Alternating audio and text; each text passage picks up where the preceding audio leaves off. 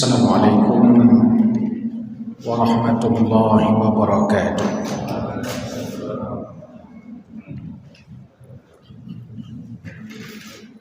Alhamdulillah, wassalatu wassalamu ala rasulillah wa ala alihi wa sahbihi wa mawalah. Ashhadu an la ilaha illallah wahdahu la syarika lah wa ashhadu anna Muhammadan abduhu wa rasuluh la nabiyya ba'dah. Allahumma subhanaka la ilma lana illa ma 'allamtana innaka antal alimul hakim. Rabbana zidna ilma warzuqna fahma. Rabbi shrah li sadri wa yassir li amri wahlul 'uqdatam min lisani yafqahu qawli birahmatika ya arhamar rahimin. Bapak Ibu hadirin wal hadirat jamaah salat maghrib yang dimuliakan Allah Subhanahu wa taala. Sambil kita niat i'tikaf mengisi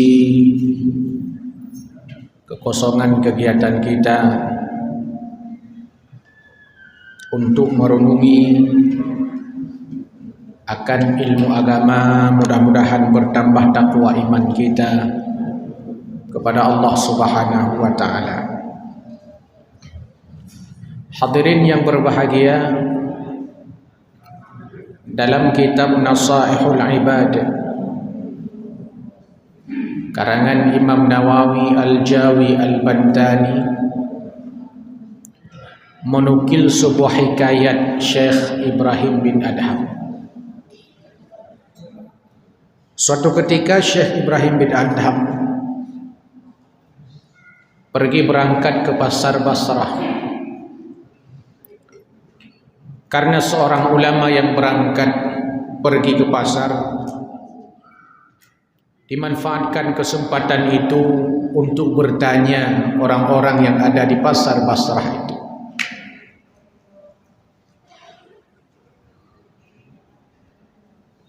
Apa keluhan pedagang pasar Basrah kepada Syekh Ibrahim bin Adham? Kata mereka, wahai imam,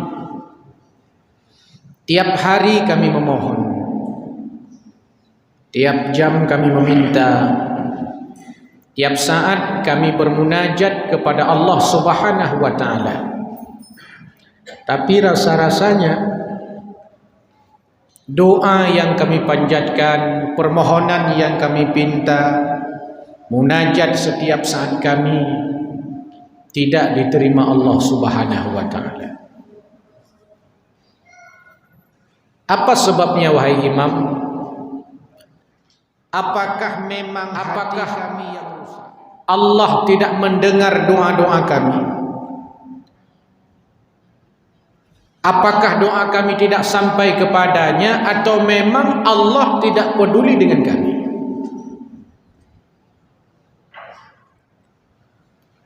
Padahal Allah sudah berjanji di dalam ayatnya, ud'uni astajib lakum, berdoalah kepadaku niscaya akan kuperkenankan setiap permohonan.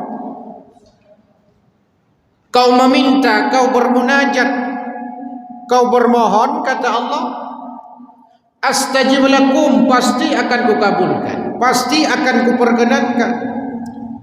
Tapi setiap hari kami mohon, tiap waktu kami meminta, rasanya tak ada doa kami yang diterima Allah. Apa sebabnya wahai Syekh? Apa sebabnya wahai imam?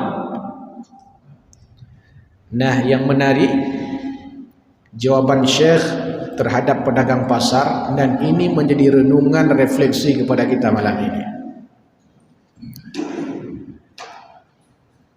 Kata Syekh Ibrahim bin Adham, ya ahlal Basrah, hai penduduk Basrah, qulubukumul maut, hati kalian itu mati.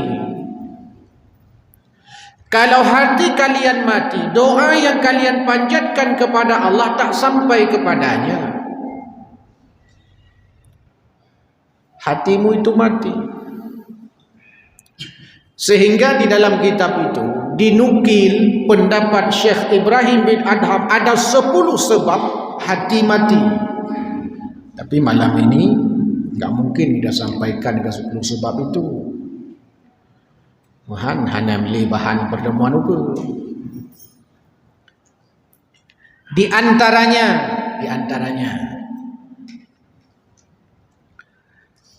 yang menyebabkan hati kalian mati, araftumullah walam ta'budulah. Kalian kenal Allah tapi kalian tak pernah menyembahnya. Kau belajar ilmu tauhid tapi kau tak ibadah. Kau kenal sifat 20, kau tahu sifat mustahil bagi Allah.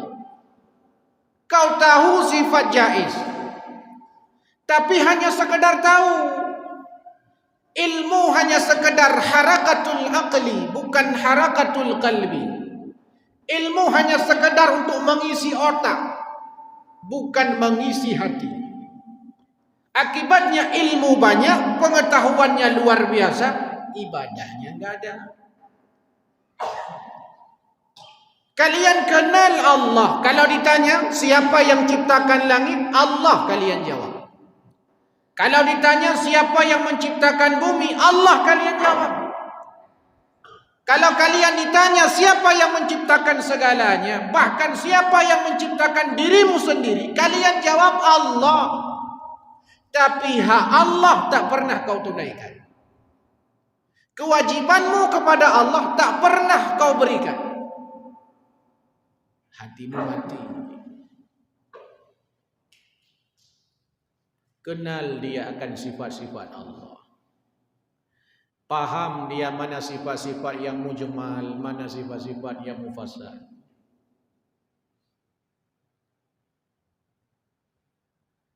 Tapi sayang, dia tidak ibadah kepada Allah. Padahal seorang hamba menyembah Allah, itu hak Allah sebagai Tuhan dari kita sebagai hambanya. Dan itu kewajiban kita.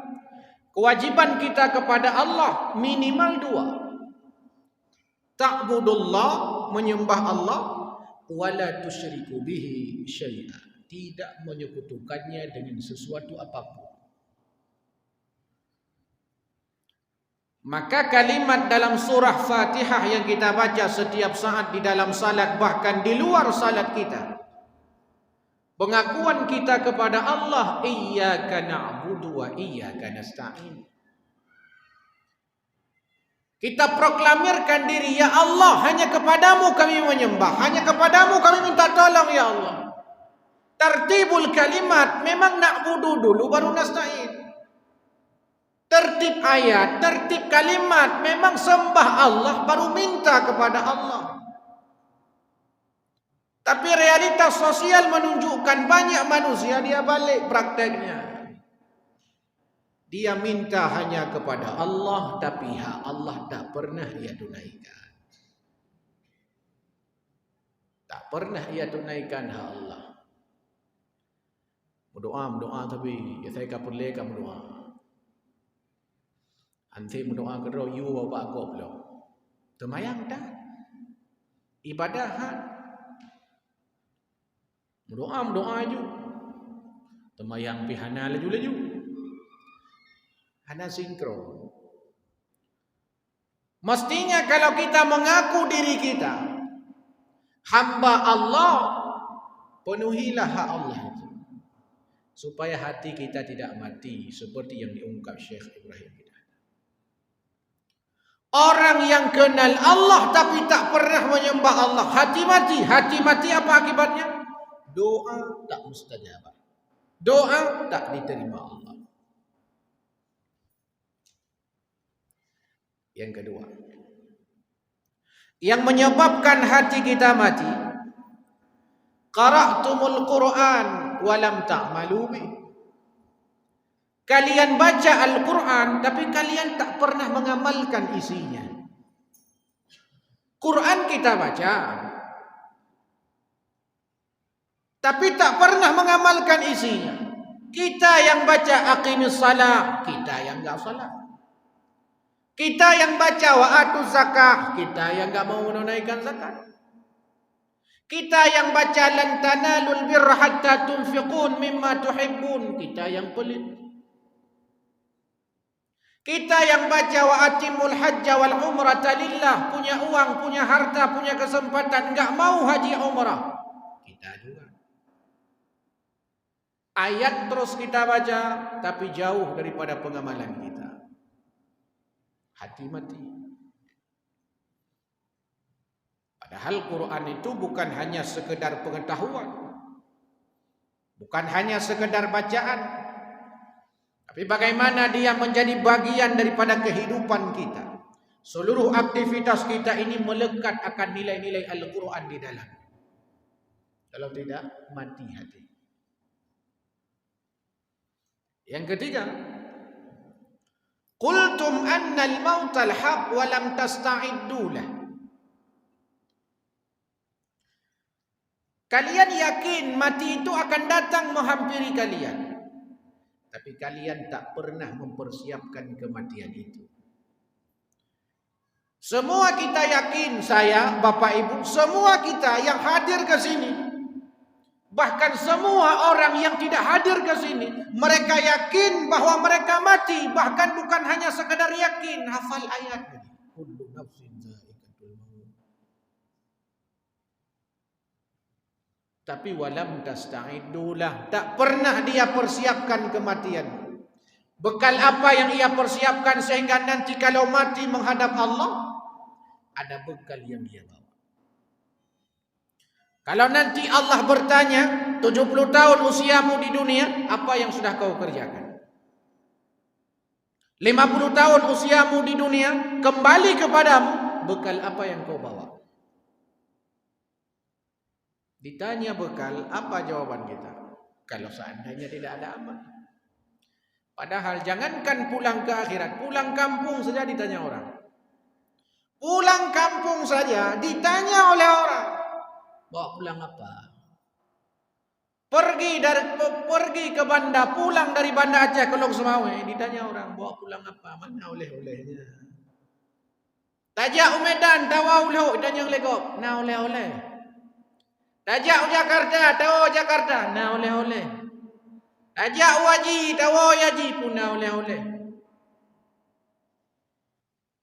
Tawa akhirat, ditanya oleh Allah, dah oleh-oleh. Nian menyahana tabah oleh-oleh. Lebih berbahaya. Hana tapua oleh-oleh ino-idonya. Dari Banda tawa hana tapua oleh-oleh kena oleh. Paling bungih ngun tagai hana mandum. Paling yang dupu-dupu dan nyojak Banda. Yan pi kana tapai ba Facebook amdeh ni dipuji. Aja Medan menanci wadai tawa yang dupu-dupu tagai. Hana tapua oleh-oleh paling hana agak bah pegah kriat tu tagai paling dengarnya. Tapi tawa ba Allah kembali kita kepada Allah, enggak bawa oleh-oleh, enggak bawa bekal. Bukan hanya marah Allah kepada kita, Allah memberikan azab yang amat pedih kepada hamba-hambanya. Diberikan kesempatan hidup di dunia, yakin mati akan kembali kepada Allah. Tapi sayang tak pernah dia mempersiapkan dirinya. Walam tasta'iddulah, apa akibatnya? Hati mati. Ketika hati mati, mudoa diuro, mudoa waktu malam, mudoa jauh. Tiap saat mudoa, sayang doa tidak mustajabah. Yang keempat, yang menyebabkan hati mati, akaltum ni'mata rabbikum walam tashkurulah. Kalian makan nikmat Tuhanmu tapi kalian tak pernah mensyukurinya. Lahir kita ke dunia tidak membawa apa-apa. Peci tidak kita bawa, baju tidak kita bawa, sarung tidak kita bawa, celana hana dapat. Sapu ada dapat, balahe dilhun telanjang bulan. Hana urung balahe, baje-baje dasi-dasi nai patuna ya hana. Antum pernah tahu nyuna piane. Lahir di patu hana taba, baje hana taba, peci hana taba, jakrong hana taba, sapu dan taba telanjang bulat. Ketika lahir ke dunia diberikan rezeki oleh Allah Subhanahu wa taala, hae dapat jauh kerawat itu leung lego. Hanjut tamamah kalau menai kau, imamah le kau, pi culuk lama bah dah. Hanjut tamamah ngan babah, icok culuk tilang ke dulu. Hanjut lam dapat jauh gupeh pisang lima ada jamu. Yang penting lam perut bertanya ditambah rezeki Allah. Raya tu bertambah terus menerus nikmat daripada Allah Subhanahu wa taala yang mestinya diharapkan semakin banyak nikmat yang kita terima, semakin banyak syukur kita, malah sebaliknya kadang semakin banyak nikmat maka semakin ingkar kepada Allah.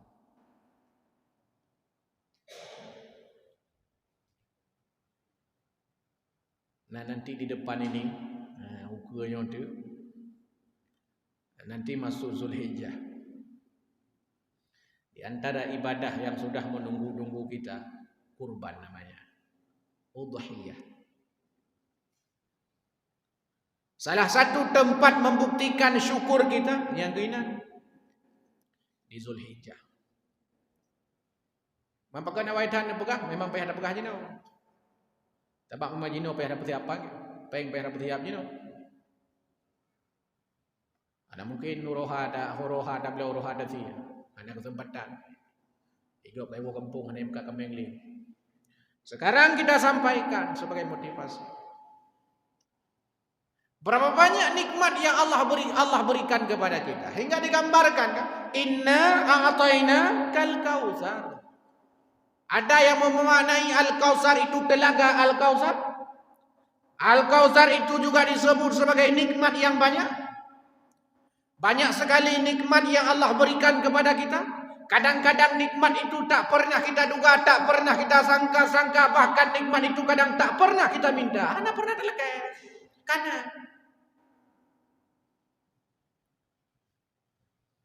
anak rezeki dari Allah. Tapi berapa banyak orang dia punya anak enggak pernah meminta. Atau pernah mendoakan anak kat tujuh. Tapi kemudian tiga ada ni.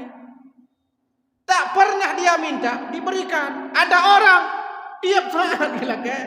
Anak kejauh-jauh.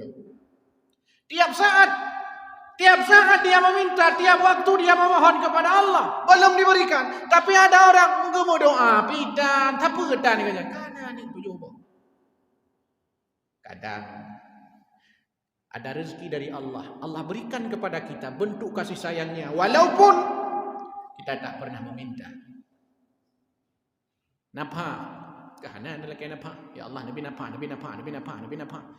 Hana mendengar tapi kenapa yang nanti tapi kita tidak ingat. Tapi ada diberikan Allah. Nian yang mesti kita yang sadari. Kita tidak sukses, kita hana berhasil, anak kita sudah berhasil. Nikmat. Kita tidak kaya, anak kita kaya, nikmat. Kita bodoh, anak kita penghafal Quran, nikmat. Kita enggak bisa apa-apa, anak kita bisa apa-apa, nikmat. Nikmat Allah berikan. Kadang-kadang hana badanya tu nabak akak tanya, nabak abang tanya, nabak adik tanya, nabak anak tanya, nabak cucu dia. Nikmat. Kadang tanya kau dengku tapi anak dia dengku. Kadang tanya kau ulama tapi anak tu ulama aja kau ulama. Nikmat. Nikmat dari Allah.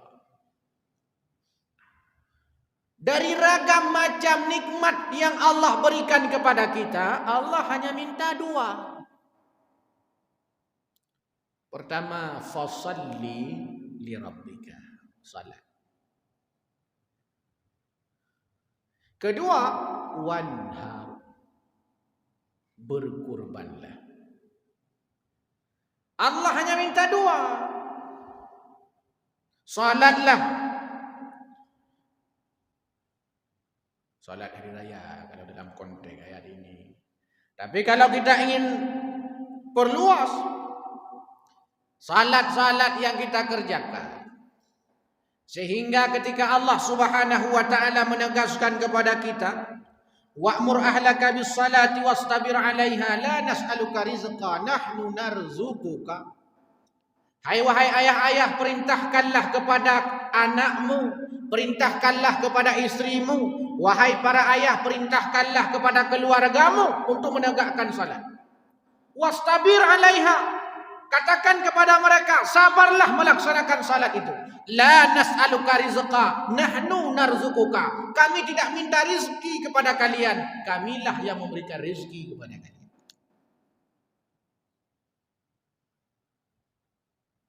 Man temayang ke hanahe temayang ini. Pane nahe temayang. Man bo'o duduk takai. Tapi walaupun salat ini tidak berat, yang paling berat dalam kehidupan kita salat. Tapi berapa banyak nikmat yang Allah berikan, apakah itu kita sadari atau tidak? Yang kedua, wanhar, berkurbanlah. Gaji 2 bulan juta. Tanya guru, tanya dosen, na sertifikasi, kalih juta, terutama kang 6 juta. Tanya na pangkat na jabatan, kagaji tunjangan pangkat jabatannya lah. Oh dapat sapat, 30 juta. Timbul. Nah ya 15 juta. Mannya 10 juta timbul. Kali 12 bulan. Gelakai oleh Allah 2 juta narto sagai. Apa kami 2 juta nardo atau siapa lemo 7. Man 2 juta nardo terbandingkan bunda dengan 10 bulan 10 juta. Anak mepat. Itu belum lagi Allah berikan kesehatan. Pengnya 10 juta yang kadang-kadang berkat. Hanabeh lagi habis tidak habis. Tapi habis membawa keberkahan, rezeki dari Allah Subhanahu wa taala, dia manfaatkan pada tempat yang Allah ridha dan Allah cinta. Di antaranya kurban. 2 juta 600. Ini apa ni namanya? Tamanya 26, 25 sekitarnya. 5 juta. Kami 5 juta 100 atau 5 juta 200. Tidak sampai 50% daripada gajinya tiap.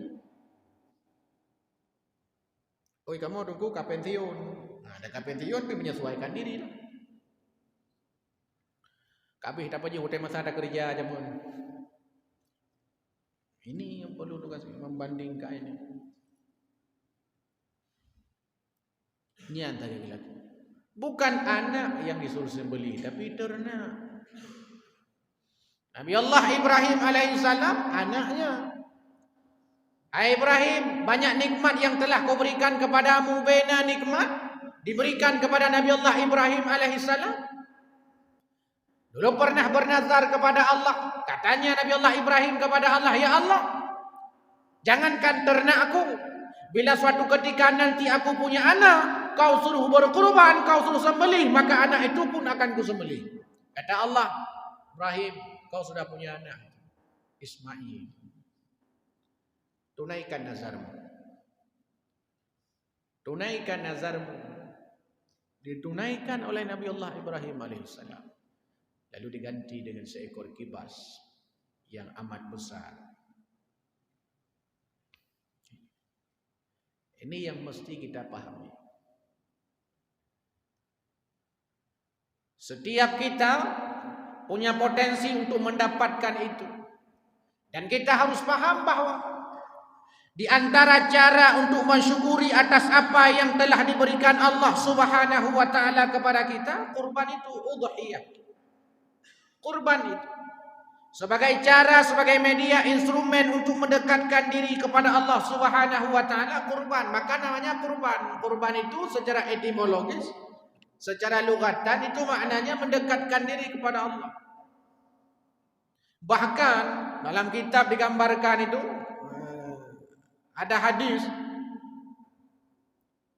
dalam Sabilal Muhtadin digambarkan sebuah hadis, bahkan sampainya pahala kepada Allah Subhanahu wa taala dari kurban yang kita lakukan sebelum darah hewan yang kita kurbankan itu menyentuh bumi. Otetasi kami itu biar darah nyan segala darahnya nrut kenang tanah awai truk pahala ke di bawah. Main kami kamu dipek pada tanah, ada kamu dipek pada tanah pi awai truk pahala ke di segala itu biar kenang tanah darah. Begitu besar pahala. Kalau salat itu bentuk kita dekat dengan Allah. Salat. Dimensi salat, dimensi hubungan transendental seseorang kepada Allah. Tapi korban ini dua dimensinya. Ada dimensi teologis namanya hubungan kita dengan Allah. La yanalallahu luhumuha wala dima'uha walakin yanaluhu taqwa minkum. Tidak sampai kepada Allah daging hewan yang kita kurbankan, darah hewan yang kita kurbankan, seluruh anggota tubuh hewan yang kita kurbankan, yang sampai kepada Allah adalah keikhlasan kita. Ini namanya dimensi teologis. Ikhlas yang sampai kepada Allah, takwa kita yang sampai kepada Allah. Yang kedua dimensi sosiologis, daging hewan yang kita kurbankan sampai kepada si fakir, sampai kepada si miskin. Orang yang berkurban disayang Allah, orang yang berkurban disayang sesama manusia. Orang yang pelit dibenci Allah, orang yang pelit dibenci manusia. Bahkan kadang menyoji. Kurban kan kurban tanya. Daya indat kurban gop mentang rumah gop. Tenang luar biasa. Nah pengalaman tiga kata po. Yang tak indatnya kan kurban tanya. Kurban gop. Yo indat badannya. Tak indat tu rumah je. Ikut lagi. Alhamdulillah. Matang tinggal ke kelom. Padahal kurban gop. Ikut mantang tinggal. Tingkatnya mantang senang. Pun lah memang atratanya. Memang milik kita yang kita berikan kepadanya. Memang kurban kita yang kita persembahkan kepadanya. Pastilah lebih senangnya lagi. Ya tingkat kurban kau mantang itu mekun. Mantang tinggal itu. Aku fikir ada tinggal geli. Madrok tak kaya. Senangnya luar biasa. Allah senangnya Allah kepada orang yang berkurban itu. Sebelum darah tetesan darah dari hewan yang kita kurbankan menyentuh bumi, sudah duluan pahala kita kepada Allah Subhanahu wa taala. Jamaah maghrib yang dimuliakan Allah Subhanahu wa taala. Banyak nikmat yang Allah berikan kepada kita. Akaltum ni'mata rabbikum, kata Syekh Ibrahim bin Adham. Banyak nikmat yang Allah berikan kepada kalian. Walam tashkurulah, pada saat kalian enggan bersyukur kepadanya, akibatnya hatimu mati. Ketika hati mati, doa yang kita panjatkan kepada Allah tidak mustajab. Karena sumber dari segala kebaikan itu hati.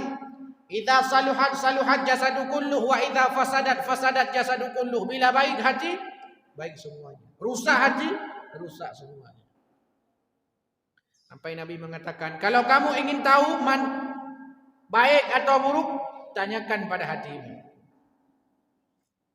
Hati inilah yang menjadi kepala dalam kehidupan kita. Hati. Maka ada jalan dipegot hati-hati. Hati-hati jalan anda sedang diperbaiki. Padahal hati yang nampak depan. Yang lihat mata, enggak dibuat mata-mata. Yang jalan kaki, yang rem Honda, kaki yang dia pegah, ai pegah ini pegah. Dia dekat kapal Honda. Hayaki dia dekat kapal Honda. Yang gagah Honda atau jaro, hai jaro. Hati. Maka orang-orang yang pada saat dia kenal Allah lalu dia sembah Allah, pada saat dia baca Quran bukan hanya sekedar baca, dia dalami, dia pahami lalu dia amalkan. Bukan hanya sekedar yakin dengan kematian, tapi dia persiapkan bekal. bukan hanya sekedar dia mendapatkan nikmat daripada Allah lalu dia syukuri, membuat hatinya menjadi qalbun salim, hati yang damai, hati yang tentram. Kalau seandainya kita kenal Allah lalu tidak menyembahnya, makan nikmat Allah tapi tak pernah mensyukurinya, baca Quran tapi tak pernah mengamalkan isinya, yakin akan mati tapi tidak mempersiapkan bekal, hati kita ini akan menjadi hati yang sakit. Sakit hati. Hati sakit. Hati ini seperti besi berani, kayak magnet. Kalau hati bersih melihat kebaikan, connect tu. Kalau hati bersih ketika melihat kebenaran, connect, tidak gerau ya.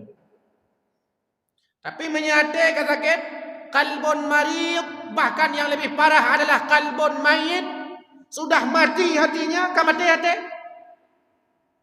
Kalau hati sudah mati, kebenaran enggak masuk lagi.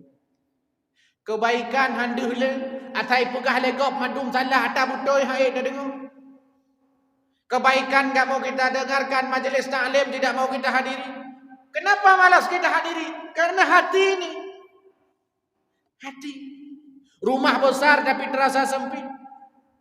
Ubi raya rumah halaman umpah raya, tapi karena hati kamate terasa sempit. Tapi ada orang rumahnya kecil, halaman rumahnya kecil. Ike rumah bak mamplam saja ijik dah pula tiba me dah pula melua ba, hadapat du, payah du cuma mamplam.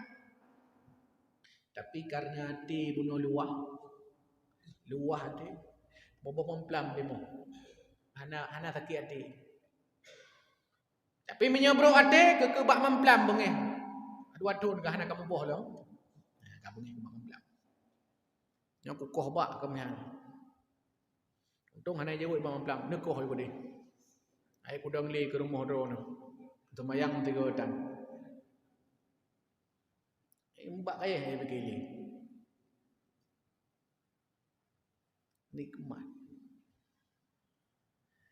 Bahkan rasa syukur kita itu nikmat.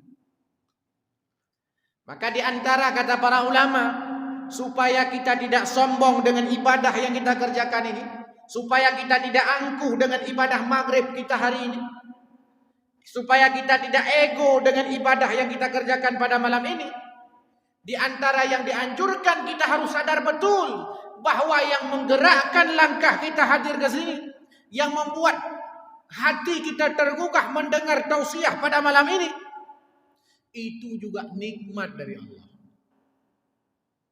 Itu saja nikmat dari Allah. Kalau seandainya Allah tidak memberikan nikmat itu kepada kita, ada temdu, ada temdu dia pakai kopi gitu. Dia tak ada mengelam tu. Tapi handa debi pakat dengan KWA dia, handa debi juga trip dah yang dia panen. Tak apalah antu mendengai dengar guru dah dulu. KWA handa debi. Ladom hana WA, go WA ikutnya. Ada bekah jual. Ada bek 3 handa bangan. Yang bandingkan. Kan refleksi Syekh Ibrahim bin Adham. Refleksi ini penting untuk mendeteksi, karena yang bisa mendeteksi penyakit-penyakit rohani adalah pakar-pakar rohani. Yang bisa mendeteksi penyakit-penyakit jasmani, para dokter-dokter jasmani. Katanya yang sakit mata, depukon, dokter mata katanya. Dan yang perlu depu sakit lambung atau hana, dokter lambung katanya. Sakit hati. Nyan bila yang sakitnya adalah hati organ, tanya dokter hati, dokter limpa, bagian hati. Makanya hati terbagi 2. Hati terbagi 2. Ada hati organ, liver itu dalam bahasa Inggris. Ada hati kasih sayang, nur cahaya ilahi. Namanya qalbun. Namanya fuadun. Namanya lubbun. Namanya sadrun. Nurani. Nurani itu yang terdeteksi, bukan hati organ. Kalau hati organ, tidak ada hati organ, mati. Karena hati organ bagian daripada alat vital. Beda begedanya alat vital adanya tangai ko ada talain naji alat vital. Mata alat vital, jantung alat vital, hati organnya alat vital. Perut alat vital. Jadi organ. Kalau yang sakit hati organ, nah, pergi ke dokter. Ini yang sakit bukan hati organ, hati kalbun, hati fuad, yakni hati yang di dalamnya Allah taburkan cahaya ilahiyah di dalamnya, sehingga dari sana kita kenal kebenaran, dari sana kita paham akan kebaikan. Yang ke nurani, yang ke Aceh nurani. Nah partai apa? Tapi hanya lungkul, begah partainya, matu ji lungkul begah nuraninya. Ya nurani itu kan punya soal rohani.